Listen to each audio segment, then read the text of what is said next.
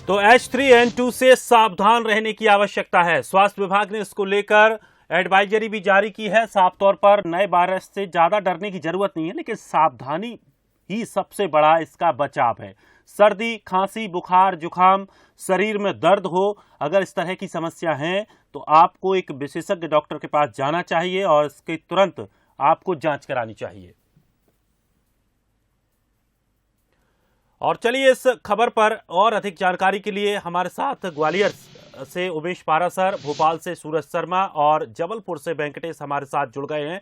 चलिए सूरज, सबसे पहले आपसे जानना चाहेंगे, भोपाल में पहला मरीज आया है और इसके बाद से अब लगातार स्वास्थ्य विभाग में भी हड़कंप मचा है। क्या कुछ जानकारी अभी तक मिल पा रही है? किस तरह के उपाय अब अस्पताल प्रबंधनों के द्वारा किए जा रहे हैं? देखिए, बिल्कुल पहला मरीज जो है H3N2 का मिलने के बाद अब सरकार ने अलर्ट जारी किया है और तमाम CMHOs को कहा गया है वो सावधानी बरतें और साथ ही जो उचित व्यवस्थाएं हैं, खासतौर से हॉस्पिटल्स में तैयारियां हैं, चाहे दवाइयों की हो, बिस्तरों की हो, उसको अलर्ट मोड पर रखने के निर्देश दिए हैं। साथ ही सुरक्षा को लेकर लिहाज से खासतौर से बताया गया है किस तरीके से जो उसके बेसिक सिम्टम्स हैं, सर्दी, खांसी, गले में थ्रोट इन्फेक्शन, खासतौर से थ्रोट इन्फेक्शन को लेकर अलर्ट विशेष जारी किया है कि यदि ऐसे मरीज आते हैं तो उनके स्वाब का जो है वो जांच जरूर करें, उसका परीक्षण जरूर कराएं। इसको लेकर एम्स में जो लैब बनी है उसमें जांच की जा रही। खासतौर से भोपाल में एक 28 वर्षीय युवक जो इन्फ्लुएंजा से पीड़ित संक्रमित बताया गया है, उसके बाद से अब सरकार थोड़ी गंभीर नजर आ रही, क्योंकि हालांकि ऐसे कोई सिम्टम्स नहीं है या कोई घबराहट वाली बात नहीं है, लेकिन सतर्कता बरतना बहुत जरूरी है, क्योंकि हम देख रहे हैं कई स्थानों पर स्थितियां बनी हुई हैं। ऐसे में भोपाल में जब एक मरीज आया, हालांकि उसकी कोई ट्रेवल हिस्ट्री नहीं है, इसको लेकर जरूर स्वास्थ्य विभाग या बाकी जो प्रशासनिक अमला है वो देख रहा है कि आखिर जब उसकी कोई ट्रेवल हिस्ट्री नहीं है, वो आया नहीं है, तो ये वायरस उसके अंदर कहां से पैदा हुआ है। तो ये जरूर एक चिंता का विषय है और शोध का विषय है कि जब वायरस कहीं से आया नहीं है, किसी व्यक्ति की कोई ट्रेवल हिस्ट्री नहीं है, तो आखिर वो इस वायरस से कैसे संक्रमित हुआ है, तो उसको लेकर जरूर विचार किया जा रहा है। लेकिन खासतौर से अस्पतालों में इंतजाम कैसे हैं, इसको लेकर अलर्ट जारी किया है और जो बेसिक सिम्टम्स होते हैं उनमें कैसे बचाव कर सकते हैं, खासतौर से सर्दी, खांसी, क्योंकि मौसम लगातार बदल रहा है, बारिश का दौर देखा जा रहा है, कई बार तेज हवाओं के चलते ठंड भी हो रही है, दिन में तेज धूप के चलते तपिश और गर्मी हो रही, तो ऐसे में कहीं ना कहीं सर्दी जुकाम के जो मरीज हैं वो लगातार बढ़ते जा रहे हैं। तो ऐसे में कहीं ना कहीं इन्फेक्शन ना फैले, उसको लेकर जरूर जो है सरकार ने एडवाइजरी जारी की है। और खासतौर से जिस मरीज के बारे में जिक्र किया जा रहा है वो होम आइसोलेटेड है, क्योंकि उसको ऐसे कोई सिम्टम्स नहीं है कि उसे अस्पताल में भर्ती कराया जाए, लेकिन कहीं ना कहीं सतर्कता बहुत जरूरी है। दीपक, बिल्कुल, सतर्कता ही इस तरह की जो वायरल या इस तरह की बीमारियां आती हैं उनसे सतर्कता से ही हम बचाव कर सकते हैं। उमेश, अगर ग्वालियर की बात करें तो सैंपल्स को लेकर बात कही जा रही है कि ग्वालियर में सैंपल्स की जांच की जाएगी। क्या कुछ व्यवस्थाएं इसको लेकर की गई हैं? और अगर अस्पतालों की बात करें तो ग्वालियर में बड़े बड़े अस्पताल हैं, क्या अलग से इसको लेकर कोई आइसोलेशन वार्ड बनाए गए हैं? अगर पूरी तौर पर हम जानना चाहें तो अस्पतालों में कितनी तैयारियां हैं, अस्पताल कितने तैयार हैं? जी देखिए, बिल्कुल जिस तरह से जो इन्फ्लुएंजा का जो मरीज़ है वो भोपाल में एक मरीज़ आया और उसके बाद जो स्वास्थ्य विभाग वो भी अलर्ट है और जो ग्वालियर के जो अस्पताल है उनमें एडवाइजरी जारी की है।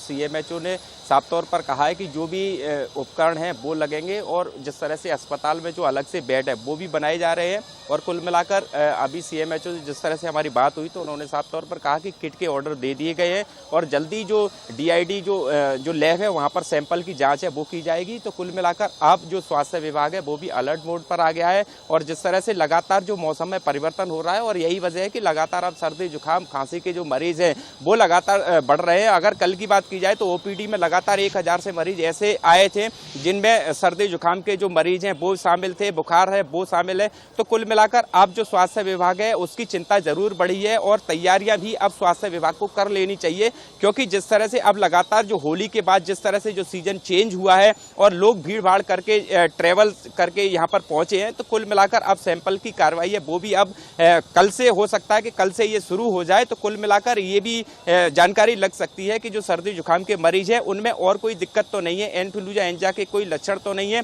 तो ये जांच होगी, उसके बाद ही स्पष्ट हो पाएगा कि आखिर में क्या वजह है, किस तरह से वायरस है वो मूवमेंट कर रहा है, क्या ट्रेवल हिस्ट्री से जो लोग करके आ रहे हैं उनको इस तरह की जो वायरस है वो अपनी चपेट में ले रहा है। तो कुल मिलाकर अब जो स्वास्थ्य विभाग की तैयारियां हैं वो अब पूरी तरह से की जा चुकी हैं। और अलग से जो अस्पताल है कमला राजा की अगर बड़ी बात की जाए तो जो सबसे बड़ा अस्पताल ग्वालियर का 1000 बिस्तर का जो अस्पताल है वहां भी अब तैयारियां जोर शोर से शुरू कर दी है और अलग से इसके बाकायदा जो रूम है वो बनाए जा रहे हैं। उनमें जो आवश्यक उपकरण है उनकी भी व्यवस्था की जा रही है, चाहे ऑक्सीजन की बात की जाए या अन्य उपकरण की बात की जाए, साफ सफाई की बात की जाए तो वो अलग से स्वास्थ्य विभाग के द्वारा की जा रही है। एडवाइजरी पूरी तरह से जारी है और स्वास्थ्य विभाग जिस तरह से सबसे बड़ी इसमें जो बात अभी तक निकलकर सामने आई है वो ये है कि सावधानी रखनी होगी, खास करके भीड़ भाड़ वाली जगहों पर जाने से लोगों को बचना होगा, मास्क का भी इस्तेमाल करना होगा।